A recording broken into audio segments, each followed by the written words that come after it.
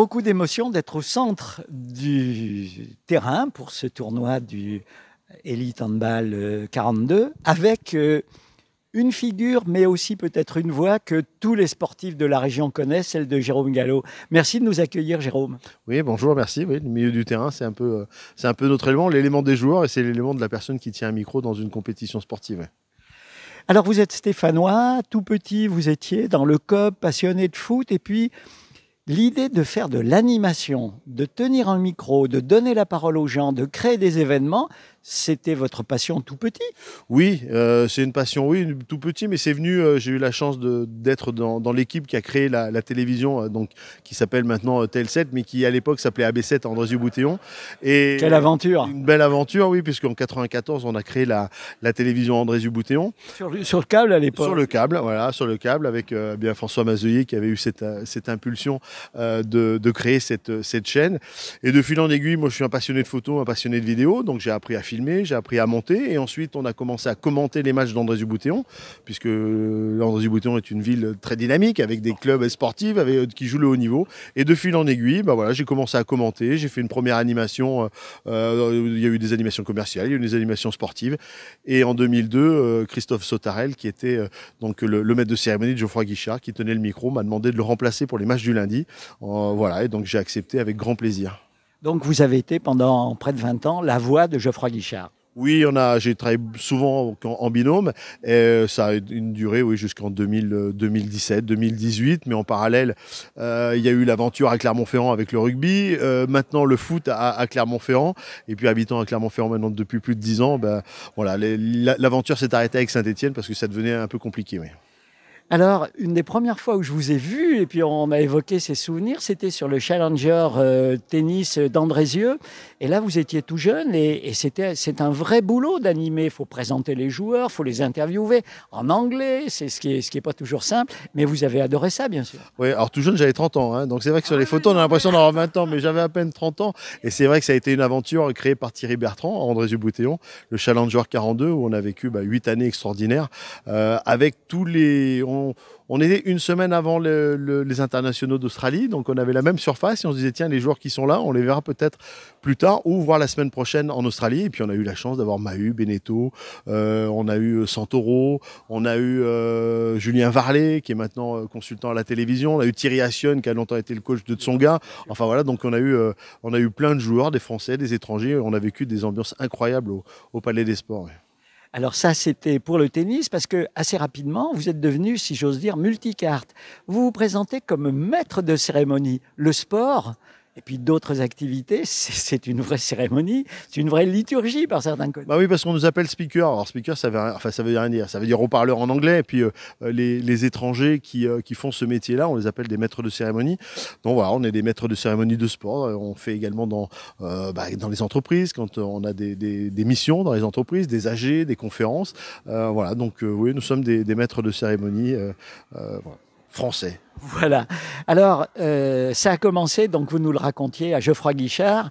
Passer le tunnel de Geoffroy Guichard, entrer sur la pelouse 1 heure en gros avant le début des matchs, la première fois, ça serre le cœur. Bah oui, parce que Geoffroy Guichard est assez sanctuarisé. On ne rentre pas dans la pelouse comme au rugby à l'époque. Les gens pouvaient rentrer sur le terrain. Donc on sait ce que c'est de rentrer sur le terrain, sur la pelouse. À Saint-Étienne, à part ceux qui faisaient les levées de rideau et les personnes qui ont la chance d'aller sur la pelouse, peu de spectateurs avaient cette chance-là. Et moi, j'en rêvais. J'ai jamais eu la chance de faire un lever de rideau, j'en rêvais. Et quand Christophe Sautarel m'a donné cette chance-là et ce premier match, de se dire je rentre dans mon stade, je suis toujours dans les tribunes, je rentre dans le stade et bon voilà, il y a de l'émotion. Puis après il faut vite prendre le dessus sur l'émotion, mais mais cette émotion-là, moi je l'ai eu le premier jour jusqu'au dernier jour, ou comme encore aujourd'hui quand je rentre sur le Marcel Michelin. J'ai envie de dire tant que l'émotion est là et tant que je dis 2 heures avant, j'ai de la chance d'être là parce que c'est incroyable. Je pense que voilà, le job est fait. Ce métier, oui, complètement. Il faut garder cette émotion. Alors à Saint-Étienne, le maître de cérémonie, il a un rôle bien particulier. Il passe quelques annonces, disons messages publicitaires, et puis surtout, il annonce la composition des équipes et les joueurs. Et vous avez créé une sorte de rituel. Alors après, on a suivi un petit peu ce que faisait Edmond Tessier, notre regretté Edmond. Alors c'est vrai il est différent à Geoffroy Guichard puisqu'on ne parle pas au public. Oui. On n'est pas là pour ambiancer. Il n'y a pas de tout souci. seul. On n'a pas besoin de nous pour ambiancer. Mais c'est vrai que les moments les plus forts, c'est la compo, bien évidemment, puisque c'est le seul moment où il y a une communion, je veux dire, franche entre le COP et les supporters et nous au milieu du terrain, puisqu'on donne le prénom et les supporters donnent le nom. Et il y a également les buts où là aussi, on donne le nom du prénom, le prénom du joueur et le COP donne et les supporters donnent le nom du joueur. Mais voilà, c'est le moment très fort à Geoffroy Guichard, c'est cet avant-match au moment de la compo. Ouais. Et les gens adorent ça parce qu'on a l'impression à ce moment-là que le match va commencer. Le match commence. C'est un rituel. On s'en aperçoit, moi, quand j'étais jeune, on sait qu'on a telle annonce, on sait qu'il va se passer ça, on sait que 5 minutes avant le match, il va y avoir la compo. Et on n'a pas envie de déroger. On sait qu'on vient 1h30 avant le match, on s'assoit, on mange son sandwich, on attend et on a envie de rentrer dans ce rituel avant le match. Alors ça a été Geoffroy Guichard. Et puis ensuite, clairement, l'ASM, alors pour les Stéphanois, évidemment, c'est nos voisins proches, c'est la Yellow Army, c'est aussi une ambiance extraordinaire, mais une ambiance un peu différente. À Michelin, vous faites autre chose qu'à Saint-Étienne. Oui, là, à Michelin, il y a un rôle quand même d'ambianceur général, puisque moi, je suis arrivé, c'était un peu tout neuf, ce métier-là au micro. Il fallait, c'est aussi le début de la grande aventure 2010. Moi, je suis arrivé en 2007 et le premier titre en 2010. Donc, le premier, et Dieu sait s'ils l'ont attendu longtemps. Longtemps, donc évidemment, ça a été assez extraordinaire. Le stade s'est agrandi, c'est devenu un mini chaudron. Et donc, il y a une entente avec alors, au début, j'en faisais un tout petit peu plus, mais maintenant, j'allais dire, on se lance un petit peu, on lance les Je crois que la tradition, c'est que les tribunes se répètent et puis tous ensemble. Oui, alors moi, ma spécialité, c'est les 4 tribunes en même temps. Donc, je fais la première tribune, donc je fais la Flipono, qui est là, où sont les ultras. Ensuite, on a la Limagrin, il y a la tribune Auvergne. Alors, je fais pas l'espace Édouard, parce qu'ils se font toujours siffler. C'est les officiels, voilà, les sponsors, les VIP. Donc, j'ai abandonné l'espace Édouard, je fais le pesage, ensuite je fais un grand et les 4 tribunes en même temps. Et là, c'est parti pour 2-3 minutes de chant, les ultras reprennent derrière, ça tape, et voilà. Donc mais j'ai quand même beaucoup de chance, puisque j'ai fait Geoffroy Guichard, j'ai le Michelin, et donc j'ai pratiquement les 2 meilleurs supporters, les 2 meilleurs clubs de supporters en France, dans le foot et dans le rugby. Et puis, vous avez vécu le Brennus au Stade de France, et vous avez présenté le Brennus place de Jaude. Quel honneur, monsieur. Ah oui, 2010, oui, c'était ça extraordinaire, parce que ça a duré 3 heures, on a attendu les joueurs, on arrivait de Paris, donc moi j'ai été directement éjecté place de Jaude, et j'ai moi le souvenir où on me dit ils sont à 700 mètres, je dis ah non, ils sont à 700 mètres, et là on entend, et là tout le monde était là, attendait l'arrivée du Brennus, plus de 100 ans à avoir le bout de bois, et est arrivé place de Jaude, et c'était, j'en ai encore plein d'émotions et de frissons. Et puis vous lui avez fait une belle promenade aussi, le Brennus, dans toute la région, je crois, le bout de bois. Il s'est bien baladé. Oui, c'est dans le rugby, le Brennus, il appartient pendant un an au club, mais il appartient surtout à tous les groupes de supporters et également tous les villages autour de Clermont. Donc les communes. En 2017, après, ils avaient quand même pris un planning, parce que sinon, c'était du grand n'importe quoi en 2010. Et du coup, on peut réserver le Brennus pour une fête de village. Le Brennus est là, donc il est amené par la sécurité du stade, et il est là une après-midi, une journée, et les gens peuvent se faire prendre en photo avec le bouclier. Ouais.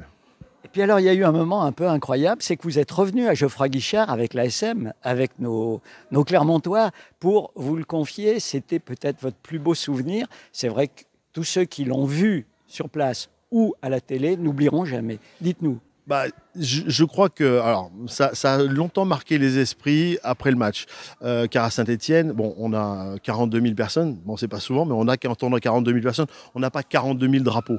Les COP mettent le feu, les 2 tribunes latérales, elles ambiancent, mais moyennement.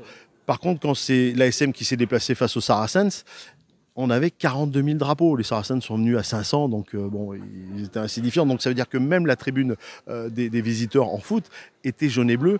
Et c'était un moment... Et moi, j'ai eu la chance d'animer ce match-là en étant le maître de cérémonie de Geoffroy Guichard, et en étant ultra neutre, parce que bien évidemment, c'était mon équipe, mais c'était le PCA, donc qui est l'équivalent de l'UEFA, qui me faisait travailler. Donc j'ai eu une neutralité pendant toute la rencontre, sauf à la fin où on s'est un peu lâché. Mais ça a été une ambiance incroyable. Tous ceux qui étaient au stade, qui voyaient tous ces drapeaux, c'était pas possible. L'autoroute qui était bloquée, les gens ont mis 4 heures pour arriver à Saint-Étienne. Enfin, ça a été très très fort.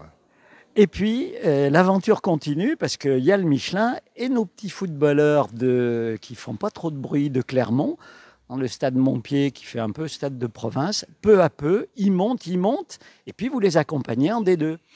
En 2017, Claude Michy, le président, me demande de venir. Une personnalité, ancien coureur d'automobile, quelqu'un d'incroyable. Qui participe beaucoup au Trophée Andros, qui est également un Superbest, qui est responsable de cette manche-là. Et Claude me demande de venir un peu ambiancer parce qu'il y a 2-3 000 personnes. Et voilà, donc je l'accepte avec grand plaisir. C'est la Ligue 2, j'ai l'impression de revenir un peu en arrière avec Saint-Etienne. Et puis, là aussi, comme avec l'ASM, eh bien, ça monte en puissance. Et 1 saison, 2 saisons, 3 saisons, le Covid au milieu. On aurait pu monter l'année du Covid, bon, ça se fait pas. Le championnat est arrêté. Et ensuite, la saison suivante, eh ben, ça monte en Ligue 1. Et j'ai la chance. Là, vous avez changé, ça a changé complètement alors à ce moment-là. Oui, mais les supporters sont assez cool. Il faut un peu ambiancer. Il y a les ultras qui sont très performants. Ils sont pas nombreux, ils sont de plus en plus nombreux. On a une nouvelle tribune qui vient de naître derrière les cages côté sud. Il y a une nouvelle tribune officielle qui va être créée en fin de saison. Donc non, le club est en train de se structurer il nous reste encore 10 points, et puis dans 10 points... Parce qu'alors, tout le monde pensait que ça allait être l'ascenseur, et pas du tout. Non. Et ils ont croisé les Stéphanois, c'est étrange ça. Mais... Qu'est-ce qui explique cette réussite qui fait rêver quand même? Un coach extraordinaire, voilà, qui fait bien jouer son équipe, un président extraordinaire qui a repris Ahmed Schaffer avec une très belle équipe, et puis surtout un coach, Pascal Gassien, qui est fabuleux. Donc tous les joueurs le suivent dans son envie de jouer. Son projet de jeu, c'est une équipe qui joue. C'est une équipe qui joue, et même l'année dernière, quand on était dans le dur, il a gardé cette philosophie et ça nous a souri. Juste au dernier moment. Mais juste avant le match de l'OL, mais bon, on a perdu domicile contre l'OL. On s'est rattrapé cette année en allant gagner au Groupama. Donc pas mal quand même. Pour moi, c'est double satisfaction. Alors ça, c'est le sport. Et puis aussi, vous faites, comme maître de cérémonie, plein d'autres choses. Par exemple, la légende du sport, c'est un projet que vous avez qui est original. Ouais, il y a une dizaine d'années, moi je suis très, très nostalgique et je voulais savoir ce qu'étaient devenus les sportifs que j'ai aimés ou des sportifs que je ne connaissais pas. Et donc du coup, c'est des interviews où le but du jeu, c'est qu'est-ce que vous devenez. Donc c'est des interviews téléphoniques ou en visio ou en réel. Donc voilà. Et puis il y a ce côté interview d'anciens sportifs. Et puis à côté de ça, il y a des conférences et je lance j'ai lancé une équipe avec des sportifs de haut niveau, des anciens internationaux du rugby, des garçons. Dites-nous des noms.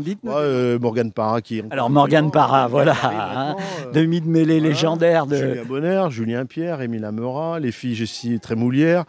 Elle est de chez nous. Elle est de Brioude.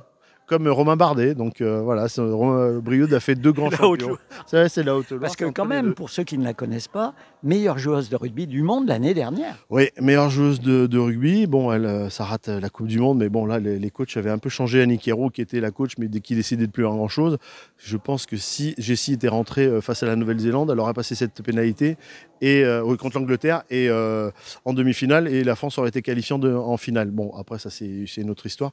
L'idée, c'est de faire des conférences avec les sportifs, puisque les entreprises ont besoin et ont des demandes, et de co-animer ces conférences avec leurs témoignages, leur histoire. Beaucoup sont vice-champions du monde en 2011, Julien Bonner, Julien Pierre, Morgane Parra. Ils ont vécu tous les trois cette grande finale face à la Nouvelle-Zélande qu'on aurait dû gagner. Mais voilà, donc c'est une équipe, que j'ai créée de sportifs qui ont envie d'aller au contact des entreprises pour des conférences. Au bout de 20 ans, j'allais dire de haut niveau, parce que c'est du haut niveau, la pression est toujours là. Vous disiez tout à l'heure un peu le stress avant. C'est toujours la même passion, le même plaisir que lorsque vous faisiez des animations à Auchan, vous étiez tout gamin? Complètement. Oui. Et puis il faut avoir toujours un peu de pression, parce qu'il n'y a pas de pression, c'est là où on fait des bêtises, on dit des bêtises au micro. Il y a toujours un peu de pression. Et puis il faut, puis au moment d'être tout seul sur le terrain pour préparer sa compo, les joueurs sont avec vous à l'échauffement. Voilà, donc c'est se rentrer. Les noms, faut pas trop se planter. Vous avez eu quand même quelques Danois compliqués. C'était même Van Wolfsliegel, voilà. C'était assez compliqué. On a il y a des noms. Les Georgiens aussi sont pas faciles. Bon, on avait beaucoup de Fidjiens, donc non, c'est. Il faut aussi faire. Donc de temps en temps, j'en fourche un peu, mais on me pardonne. On me pardonne. Voilà, écoutez, merci. On va suivre tous ces événements sportifs. Allez, peut-être la dernière question. Un sport, vous avez beaucoup travaillé aussi avec Renaud Lavillenie, un sport moins médiatisé, moins sous les feux des projecteurs et qui vous plaît bien parce que vous y avez rencontré des hommes ou des femmes de grande qualité. Bah, là, aujourd'hui, on fait du hand. Du Je fais hand. du hand une fois par an avec Gilles Monnier qui me fait confiance. Donc, le hand, c'est bien le hand parce que bah, c'est un sport d'homme. Un œil C'est un sport peu, d'homme, voilà, comme le extérieur. rugby, c'est assez similaire avec le rugby. Les handballeurs sont physiques, ils se roulent pas par terre. On les voit, ça tombe, ça se ceinture, je veux dire, par rapport au basket où souvent on siffle des fautes. Bon, après, on sait faire des fautes en basket. Mais en hand, on se rentre dedans, c'est une faute, on repart. Et on sent quand même que voilà, c'était vraiment, quand je dis un sport d'homme, et un sport de femme, puisque Ouais, en femme aussi, on se débrouille pas mal. ouais, ça donne Parce pas que mal. c'est là. Donc c'est vrai que le hand, moi j'en fais pas souvent, mais et puis c'est dans le métier, on peut parler, on peut ambiancer régulièrement pendant le match, donc c'est vrai que c'est assez Oui, passionnant. c'est possible d'intervenir Voilà, pendant les temps morts, voilà, et ça participe du bonheur qu'ont les spectateurs. Vous avez conscience que vous rendez les gens heureux? Oui, parce que quand je les rencontre en dehors de mon métier, les gens ont toujours le sourire. Donc je me dis, ils m'assimilent à un moment plaisir pour eux, et c'est une chance quand même qui est incroyable. Voilà, écoutez, merci. Merci à Jean-Marc pour la réalisation technique. Notre émission s'appelle Passionnément. Je pense que c'est difficile de trouver un client aussi passionné que vous. Et que ça continue le plus longtemps possible. Merci. Merci.